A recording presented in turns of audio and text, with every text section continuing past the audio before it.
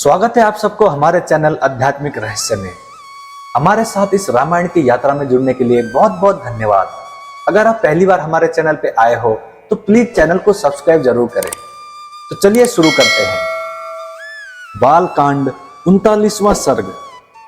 इंद्र के द्वारा राजा सगर के यज्ञ संबंधी अश्व का अपहरण, सगर पुत्रों द्वारा सारी पृथ्वी का भेदन तथा देवताओं का ब्रह्मा जी को ये सब समाचार बताना।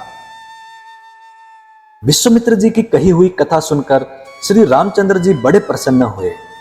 उन्होंने कथा के अंत में अग्नितुल्य तेजस्वी विश्वामित्र मुनि से कहा, ब्राह्मण, आपका कल्याण हो। मैं इस कथा को विस्तार के साथ सुनना चाहता हूं।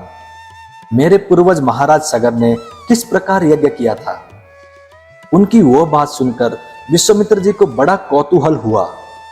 वे ये सोचकर कि मैं जो कुछ कहना चाहता हूं उसी के लिए ये प्रश्न कर रहे हैं, जोर जोर से हंस पड़े।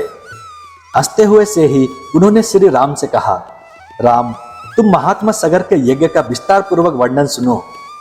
पुरुषोत्तम शंकर जी के ससुर हिमवान नाम से विख्यात पर्वत विंध्याचल तक पहुंचकर तथा विंध्य पर्वत हिमवान तक पहुंचकर दोनों एक दूसरे को देखते हैं। इन दोनों के बीच में दूसरा कोई ऐसा ऊंचा पर्वत नहीं है जो दोनों के पार्श्विक दर्शन में बाधा उपस्थित कर सके। इन्हीं दोनों पर्वतों के बीच आर्यवर्त की पुण्य भूमि में उस यज्ञ का अनुष्ठान हुआ था। पुरुष यह वही देश यज्ञ करने के लिए उत्तम माना गया है। तात ककुस्थ नंदन राजा सगर की आज्ञा से यज्ञ अश्व की रक्षा का भार सुदृढ़ धनुर्धर महारथी अंशुमान ने स्वीकार किया था। परंतु पर्व के दिन यज्ञ में लगे हुए राजा सगर के यज्ञ संबंधी घोड़े को इंद्र ने राक्षस का रूप धारण करके चुरा लिया। काकुस्थ महामना सगर के उस अश्व का अपहरण होते समय समस्त ऋतुजों ने यजमान सगर से कहा, काकुस्थ नंदन, आज पर्व के दिन कोई इस यज्ञ संबंधी अश्व को चुराकर बड़े बेग से लिए जा रहा है। आप चोर को मारिए और घोड़ा वापस लाइए, नहीं तो यज्ञ में विघ्न पड़ जाएगा और वो हम सब लोगों के लिए अमंगल का कारण होगा।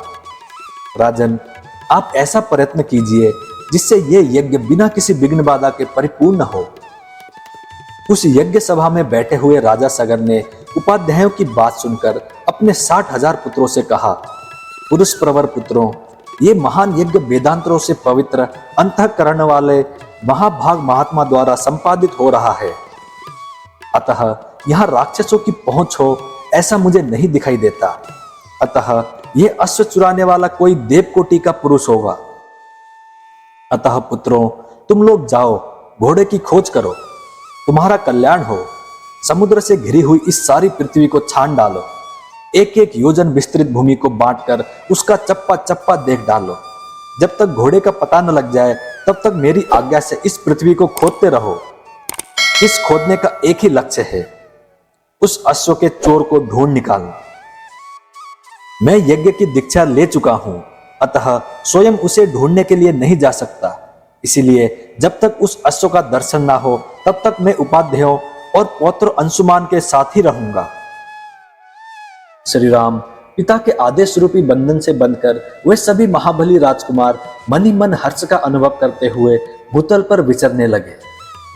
सारी पृथ्वी का चक्कर लगाने के बाद भी उस अश्व को न देखकर उन महाबली पुरुष सिंह राजपुत्रों ने प्रत्येक के हिस्से में एक एक योजन भूमि का बंटवारा करके अपनी भुजाओं द्वारा उससे खोदना आरंभ किया।